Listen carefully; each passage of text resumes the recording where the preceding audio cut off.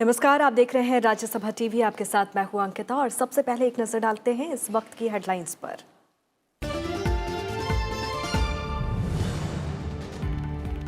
विश्वास मत हासिल करने में विफल रहने के बाद कर्नाटक के मुख्यमंत्री एचडी कुमारस्वामी का इस्तीफा राज्यपाल ने किया मंजूर। केंद्रीय नेतृत्व से विचार विमर्श के बाद बीजेपी सरकार बनाने का दावा करेगी पेश। विधायक दल की बैठक आज। बीएस येदियुरप्पा ने कहा, राज्य में विकास के नए दौर की होगी शुरुआत।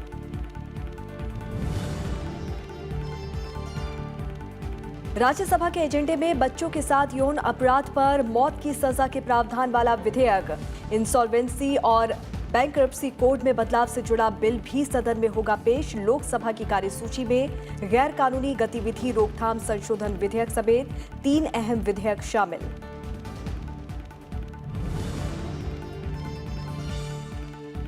दुनिया की सबसे तेजी से बढ़ने वाली प्रमुख अर्थव्यवस्था बना रहेगा भारत। आईएमएफ ने 2019 में विकास दर 7 और 2020 में 7.2% रहने का जताया अनुमान। कहा, चीन से रहेगा काफी आगे। चीन की विकास दर 2019 में 6.2 और 2020 में 6% रहने का अनुमान।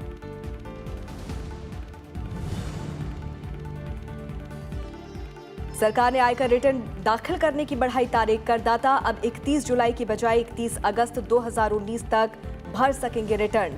अंतिम तारीख तक रिटर्न दाखिल करने पर नहीं लगेगा जुर्माना।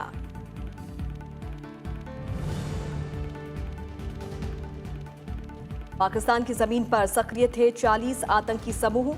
अमेरिका में एक कार्यक्रम में प्रधानमंत्री इमरान खान ने कबूला सच। कहा, पाकिस्तान की पहले की सरकारों ने दुनिया से छुपाई हकीकत।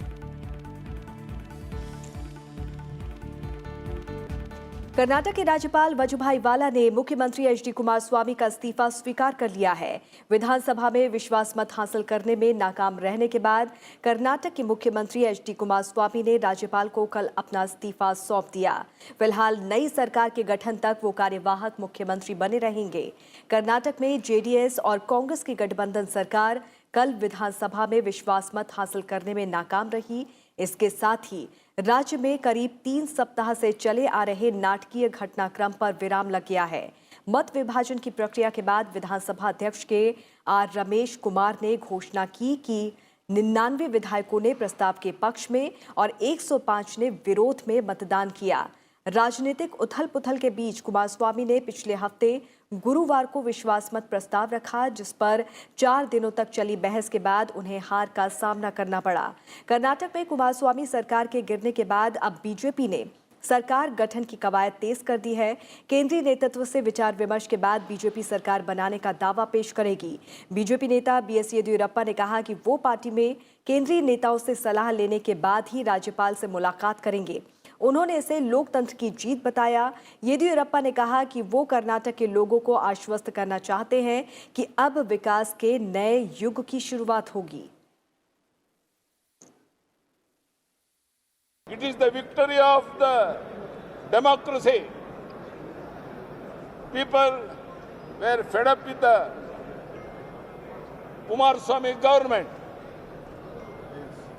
I want to assure the people of Karnataka, new era of development will start now onwards. और इस पर चर्चा करेंगे वरिष्ठ पत्रकार शेखर अय्यर से, जो इस वक्त हमारे साथ फोन लाइन पर मौजूद हैं। शेखर अय्यर जी, बहुत बहुत स्वागत है आपका राज्यसभा टीवी में। जिस तरह से जो लंबा गतिरोध था अब वो खत्म हो चुका है। कांग्रेस जेडीएस गठबंधन सरकार अपना कार्यकाल पूरा नहीं कर पाई है और विधानसभा में विश्वास मत हासिल करने में नाकाम रही है। अब आगे क्या होगा? आज विधायक दल की बैठक होनी है और बीजेपी सरकार बनाने का दावा अब कब तक पेश करेगी?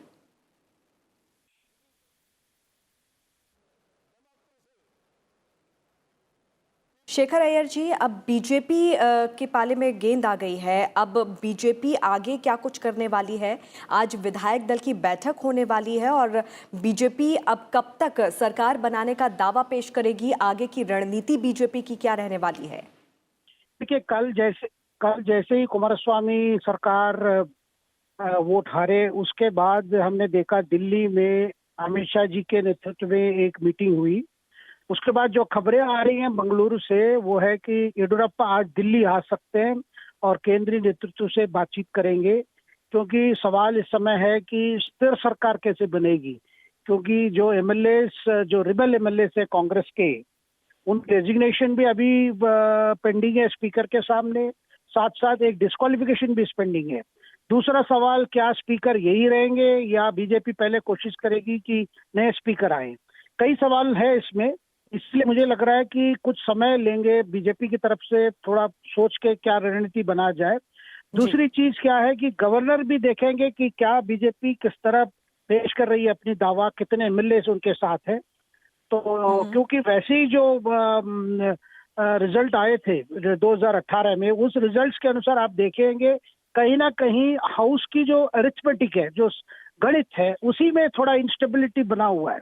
इसलिए आगे की कदम केंद्र बीजेपी सरकार, मतलब केंद्र नेतृत्व चाहेगी कि सोच समझ के सरकार बनाना है, लेकिन जो बीजेपी का चेहरा वह येडियुरप्पा है, क्योंकि वो विपक्ष के नेता इसलिए आगे मुझे लगता है कम से कम 1-2 दिन लगेगा कि थोड़ा स्थिति स्पष्ट होने में। जी बिल्कुल, तो केंद्रीय नेतृत्व से चर्चा करने के बाद ही सरकार बनाने का दावा पेश किया जाएगा। बहुत बहुत शुक्रिया बातचीत के लिए। तो बात संसद के बजट सत्र की करें तो दोनों सदनों के एजेंडे में कई अहम विधेयक शामिल हैं। बच्चों के साथ यौन अपराध पर मौत की सजा के प्रावधान वाले विधेयक पर आज राज्यसभा में आगे विचार किया जाएगा।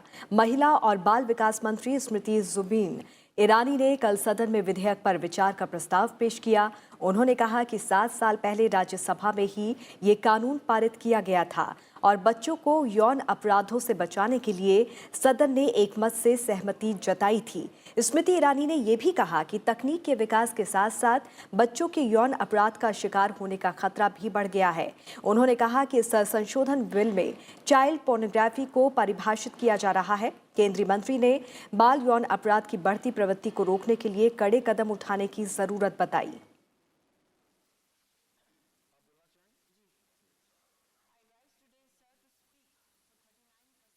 Rape of a girl under the age of 12 was discussed in this very house.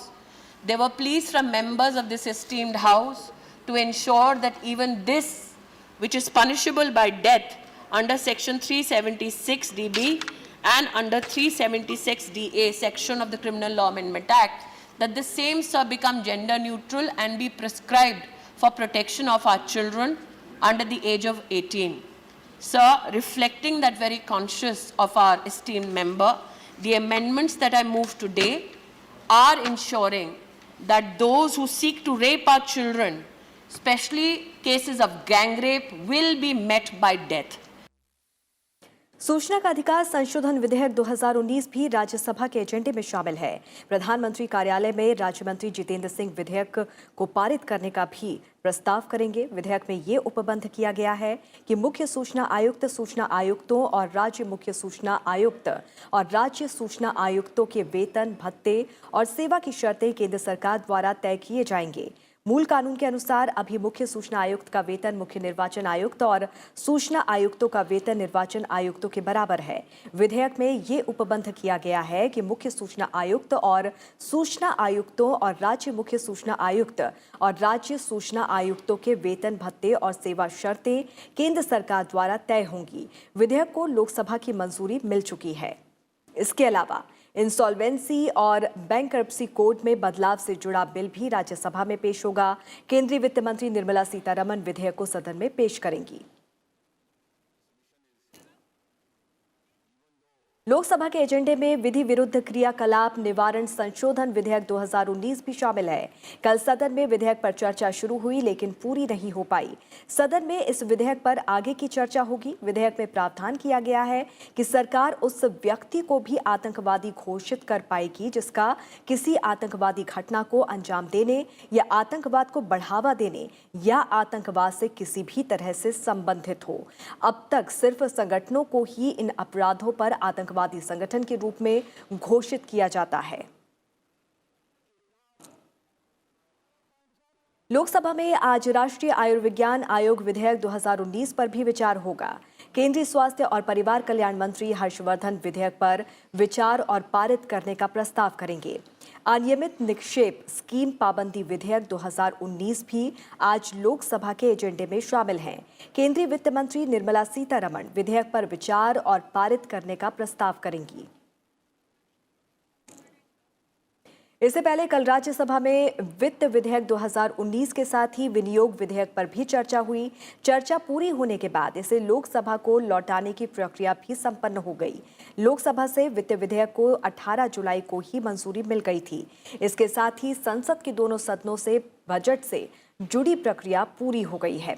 चर्चा का जवाब देते हुए वित्त मंत्री निर्मला सीतारमण ने कहा कि सरकार ने देश के समग्र विकास के लिए सभी जिलों को जरूरतों को ध्यान में रखते हुए ही परियोजनाएं तैयार की हैं। वित्त मंत्री ने कहा कि ये बजट समाज के सभी वर्गों का बजट है और नए भारत के निर्माण में मददगार साबित होगा। उन्होंने कहा कि इससे समाज में समानता लाने में मदद मिलेगी और पारदर्शिता को बढ़ावा मिलेगा। वित्त मंत्री ने पेट्रोल और डीजल पर लगाए गए उपकर को जायज भी ठहराया। This government had reduced the price of petrol by 3.5 rupees a litre. The reduction was also done by us. So if you are now highlighting the concern, rightly so, about any increase because the cess is being laid, please recall when it was necessary we brought the price down too. But if it is not possible now, because every cess that is collected, particularly through the diesel and petrol, is only going for infrastructure construction. So we are not unmindful of the implication it has on farmers, but that is where I think we have also come up with supporting the farmer with income in his hand, 6,000 rupees to his account, and a whole lot of other steps which are being taken. Lok Sabha में कल मोटरयान संशोधन विधेयक पारित कर दिया गया। विधेयक पर जवाब देते हुए सड़क परिवहन और राजमार्ग मंत्री नितिन गडकरी ने कहा कि नई प्रौद्योगिकी और नवाचार के प्रयोग से परिवहन व्यवस्था को और बेहतर बनाने में मदद मिलेगी। नितिन गडकरी ने कहा कि संशोधन विधेयक पारित होने के बाद सड़क दुर्घटना से होने वाली मौतों में कमी आएगी। विधेयक के जरिए मोटरयान कानून 1988 के प्रावधानों को और कड़ा करने का प्रस्ताव किया गया है। विधेयक में ट्रैफिक नियमों को तोड़ने पर ज्यादा जुर्माना, थर्ड पार्टी प्रीमियम को जरूरी बनाना, रोड सेफ्टी पर विशेष ध्यान समेत कई अहम मुद्दों को शामिल किया गया है। विधेयक में हिट एंड रन मामले में मौत के मामले में मुआवजा 25,000 से बढ़ाकर 2 लाख रुपए करने का प्रावधान है। शराब पीकर गाड़ी चलाने पर मौजूदा 2,000 रुपए के बजाय 10,000 रुपए जुर्माने का प्रस्ताव किया गया है।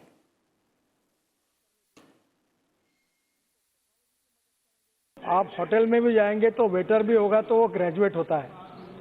वैसे साक्षरता का प्रसार इतना बड़ा हुआ है कि मेजॉरिटी लोग जो है वो काफ़ी भाषाओं को समझते हैं, चर्चा करते हैं। ये प्रॉब्लम ये आया कि जो लोग अभी 55 साल के हैं, 50 साल के हैं, जो पुराने हैं, उनका हेवी ट्रक ड्राइवर का लाइसेंस रिन्यू करने के लिए जब गए तो ये हरियाणा और पंजाब में ये प्रॉब्लम। सर मैं थोड़ा सा आपको इसमें डिफर होता हूँ। मेरा सुझाव ये है कि ड्राइविंग ट्रेनिंग सेंटर जो है, जहाँ हम ड्राइविंग को ट्रेनिंग दे रहे हैं, उसको मिनिमम पढ़ने के बारे में, क्योंकि कोई ना कोई 4, 5, 7 कहीं ना कहीं कक्षा तक पढ़ा है, तो उसको हम लोग ये पूरा ट्रेनिंग देने का व्यवस्था करेंगे। और इसके बाद में अगर ये कंडीशन डाल देंगे ना, मेरी अड़चन नहीं, आपका by the theory you are absolutely correct, पर गरीब आदमी के विरोध में है, जो 50 साल पहले बेचारा स्कूल में नहीं गया था। देखो, आपको मैं उदाहरण देना ठीक नहीं है, जो मैट्रिक नहीं हुए वो अच्छे अच्छे चीफ मिनिस्टर हुए हैं, अच्छे अच्छे मंत्री हुए हैं। इसलिए थोड़ा बहुत कॉमन सेंस से वो न पढ़ते हुए बहुत सी बातें स्वीकार करते हैं। एक्सपीरियंस से, एक्सपीरियंस आदमी को सिखाता है। मेरा प्रॉब्लम कहाँ आया कि जब ये 55 साल के लोग हैं जिन्होंने 8वीं पास नहीं किया था पर ड्राइविंग बढ़िया कर रहे थे, नियम देख रहे, सब कुछ कर रहे थे, उनका रोजगार जब छीना जा रहा था, ये जब मेरे सामने लाया गया तब मैंने उनके हितों के लिए निर्णय किया है। पर आपकी प्रिंसिपली बात सही है कि मिनिमम 8वीं तक समझना चाहिए, बिल्कुल सही है। पर जो बेचारे देश के लाखों गरीब लोग हैं जो 40 साल से ड्राइविंग कर रहे हैं, 30 साल से कर रहे हैं, उन बेचारे लोगों को ड्राइविंग लाइसेंस रिन्यू होगा तो उनके रोजगार का क्या होगा, इससे विचार किया है। पर मैं आपकी बात को सबको यह विश्वास देना चाहता हूँ कि हम जो ड्राइविंग ट्रेनिंग इंस्टीट्यूट में कुछ ड्राइवर को स्पेशल मैनर, एटिकेट्स, बाकी काम कैसे करना, पढ़ना कैसे बोर्ड, इसका ट्रेनिंग देने की व्यवस्था करेंगे और परीक्षा लेते समय इन सब बातों का टेस्टिंग भी होगा। और इस मामले में और अधिक जानकारी के साथ हमारे संवाददाता कृति मिश्रा इस वक्त हमारे साथ जुड़ी हैं। सीधे रुख करते हैं कृति का। कृति, सदन के एजेंडे की बात करें, राज्यसभा और लोकसभा के एजेंडे में आज क्या कुछ खास रहने वाला है? जी अंकिता, देखिए अगर हम राज्यसभा की बात करें तो आईबीसी अमेंडमेंट बिल बेहद ही खास अमेंडमेंट है जो कैबिनेट ने अप्रूव किया है, जिससे जो पूरा कॉर्पोरेट रीस्ट्रक्चरिंग और कॉर्पोरेट रेजोल्यूशन है उसके लिए 330 दिन की डेडलाइन दी है, जिसमें सारा जुडिशियल प्रोसेस कंप्लीट होना है और उसके बाद जो रेजोल्यूशन का डिसीजन होगा वो सारे ही स्टेक होल्डर्स के लिए मान्य होगा। एक्सपर्ट्स लगातार कहते आ रहे हैं कि इस तरह से आईबीसी के अमेंडमेंट से जो पूरी रेजोल्यूशन की प्रक्रिया है वो काफ़ी स्पीडी हो जाएगी और पूरा प्रोसेस स्मूथ हो जाएगा। और जिस तरह से कॉम्प्रिहेंसिव कॉर्पोरेट रिस्ट्रक्चरिंग की बात हो रही है, इसके लिए बेहद खास अमेंडमेंट है। साथ ही साथ अगर हम दूसरे बिल की बात करें तो आरटीआई अमेंडमेंट बिल है। देखिए, ये बिल लोकसभा से पास हो चुका है। ऑपोजिशन ने ये आरोप लगाए थे कि इस बिल से जो पूरा इंफॉर्मेशन कमीशन का एक ढांचा है वो कहीं ना कहीं वीक होता है, लेकिन सरकार ने साफ कर दिया था कल लोकसभा में भी, और डॉक्टर जितेंद्र सिंह ने जब राज्यसभा टीवी को भी इंटरव्यू दिया था तब उन्होंने ये साफ कर दिया था कि इससे आरटीआई अमेंडमेंट बिल जो है और सशक्त होगा और इससे कहीं ना कहीं कोई भी किसी तरह से ऐसी कोई कोशिश नहीं है जिससे इस इंस्टीट्यूशन को वीक किया जाए या फिर फेडरल स्ट्रक्चर पर अटैक किया जाए। इसके साथ ही साथ पॉक्सो अमेंडमेंट बिल है जिस पर चाइल्ड सेक्सुअल ऑफेंसेस जो हैं उस पर रोकथाम के लिए काफ़ी कड़े कदम हैं, जो पनिशमेंट है उसको काफ़ी कड़ा बनाया गया है। तो बेहद महत्वपूर्ण विधेयक हैं आज राज्यसभा में। वहीं अगर लोकसभा की भी बात करें हम तो डीएनए टेक्नोलॉजी बिल है, जिससे पूरे तरह से जस्टिस डिलीवरी सिस्टम जो है उसको और सशक्त करने की बात है। तो बेहद अहम कामकाज संसद के दोनों ही सदनों में आज। अंकिता, कृति, बहुत बहुत शुक्रिया इस तमाम बातचीत के लिए, तमाम जानकारी के लिए। चीन के युवा सांसदों के प्रतिनिधिमंडल ने कल राज्यसभा के उपसभापति हरिवंश से संसद भवन परिसर में मुलाकात की। उपसभापति ने चीन के सांसदों का स्वागत करते हुए कहा कि दोनों देश दुनिया की बड़ी ताकत हैं और प्राचीन काल से दोनों के बीच गहरे संबंध रहे हैं। दोनों देशों के बीच द्विपक्षीय संबंधों और अन्य महत्वपूर्ण दौरों का हवाला देते हुए उपसभापति ने लोगों के बीच आपसी संबंधों को बढ़ाने को लेकर 16वीं लोकसभा के दौरान बने भारत चीन संसदीय मैत्री समूह का जिक्र किया। शिष्टमंडल के नेता क्यूई चिनग्यासाई ने आभार जताया।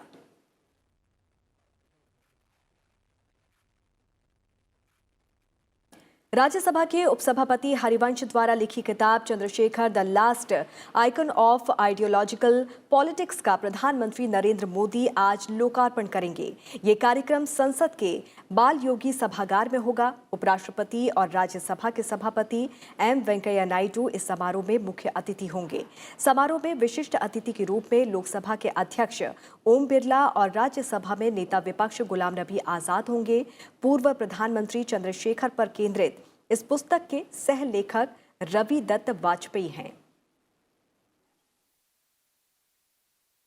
विवेकानंद इंटरनेशनल फाउंडेशन में कल बीजेपी अध्यक्ष अमित शाह के राजनीतिक सफर पर लिखी किताब पर चर्चा हुई।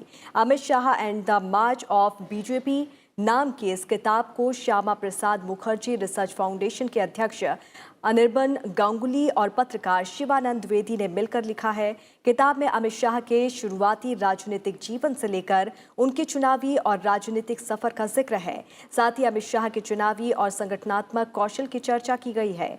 इस दौरान विवेकानंद फाउंडेशन के प्रमुख अरविंद गुप्ता के अलावा प्रसार भारती के चेयरमैन ए सूर्यप्रकाश भी मौजूद थे। ये किताब अप्रैल के महीने में रिलीज हो चुकी है। Did not agree. It was not acceptable to him that we write a book on him. But in the various conversations that we have had with him, finally when he accepted, we explained to him that the idea is to document the journey of the BJP, the performance of a party which has a full majority government in power. We want to document what has happened in the last 5 years. And since you are leading the party, naturally your narrative is weaved into it. So I think at that point of time we agreed because he strongly feels about documentation. He has a tremendous sense of research. I mean, his address to young parliamentarians, first-time parliamentarians, he kept harping on the need for research and documentation. सामाजिक न्याय और अधिकारिता मंत्रालय के तहत दिव्यांग जन सशक्तिकरण विभाग ने कल शाम दिल्ली में संसद भवन के पुस्तकालय में एक सांस्कृतिक कार्यक्रम दिव्य कला शक्ति का आयोजन किया। विभिन्न राज्यों के दिव्यांग बच्चों और युवाओं ने अपनी सांस्कृतिक प्रतिभा का प्रदर्शन किया। इस अवसर पर राष्ट्रपति रामनाथ कोविंद, उपराष्ट्रपति एम वेंकैया नायडू, प्रधानमंत्री नरेंद्र मोदी और अन्य सांसद मौजूद थे। बच्चों ने मीरा भजन, कथक, मणिपुरी और बिहू नृत्य सहित गीत और लोक नृत्य प्रस्तुत किए। दिव्यांग बच्चों ने अपनी प्रतिभा से सभी को रूबरू कराया। कार्यक्रम में आए सभी वरिष्ठ जनों ने बच्चों को उज्जवल भविष्य के लिए शुभकामनाएं दी। करीब 1.5 घंटे चले कार्यक्रम में बच्चों ने सभी अतिथियों को मंत्रमुग्ध कर दिया।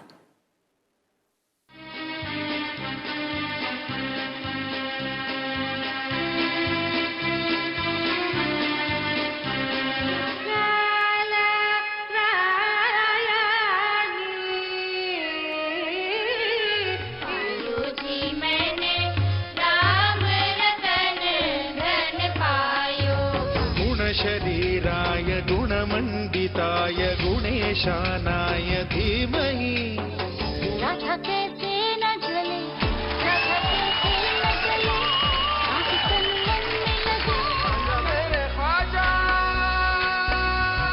दिल से समझा ख्वाजा मेरे ख्वाजा।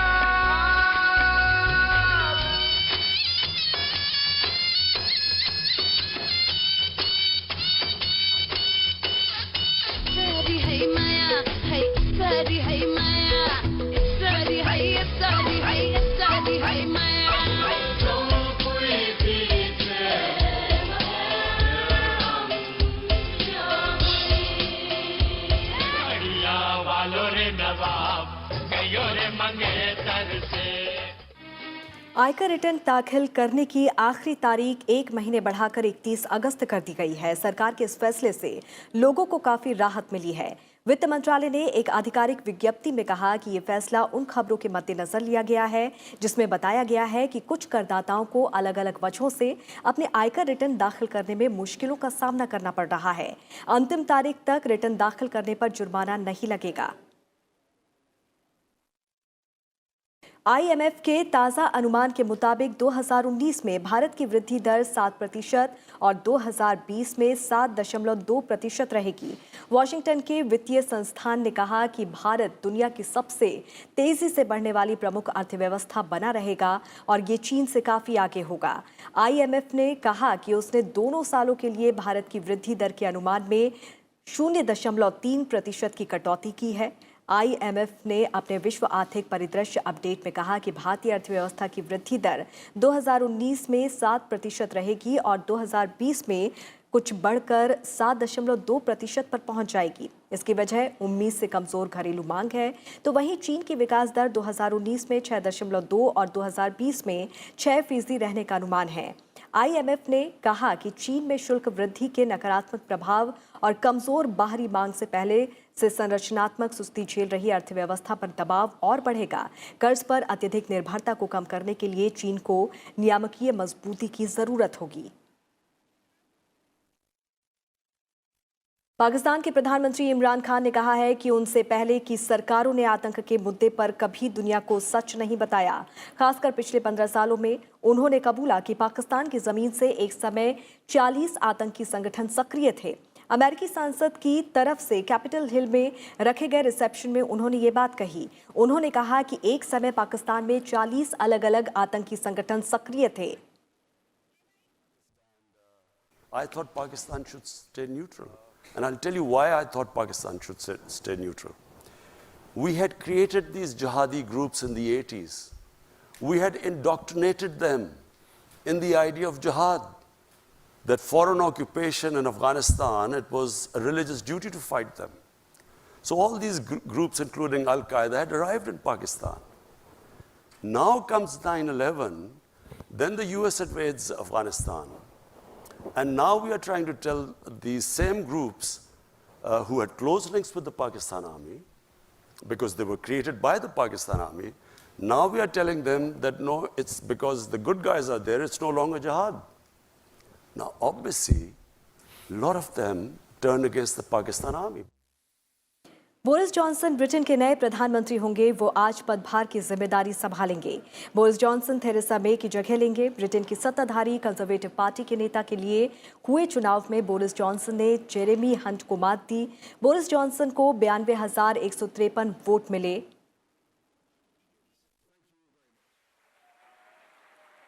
मौसम विभाग की अगले 48 घंटे में उत्तर और मध्य भारत के कई राज्यों में भारी बारिश की चेतावनी जारी की गई है। मुंबई की तुलना में महाराष्ट्र के रायगढ़ और रत्नागिरी जिलों में छिटपुट जगहों पर आज और कल भारी बारिश की चेतावनी जारी की गई है।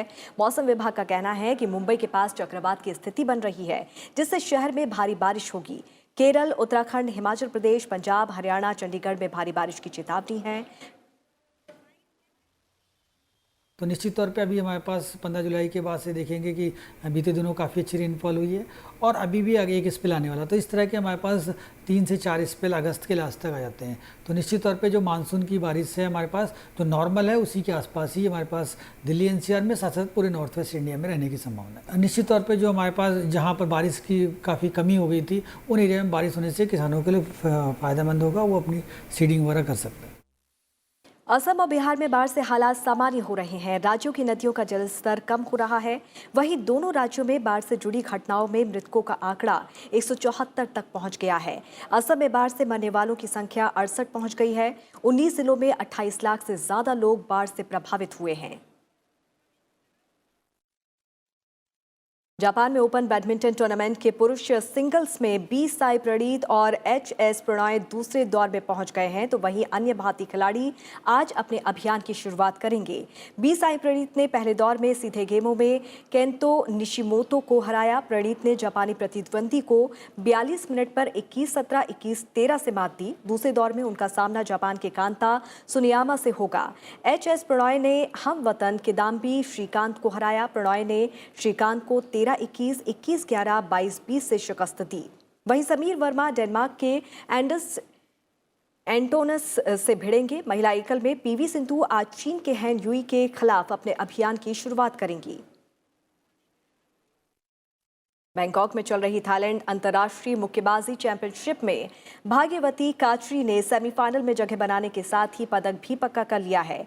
भाग्यवती ने 75 किलोग्राम वर्ग में वियतनाम की नगुएन हुआंग को एक तरफा मुकाबले में 5-0 से हराया। और इसी के साथ इस बुलेटिन में फिलहाल इतना ही। आप देखते रहिए राज्यसभा टीवी। नमस्कार।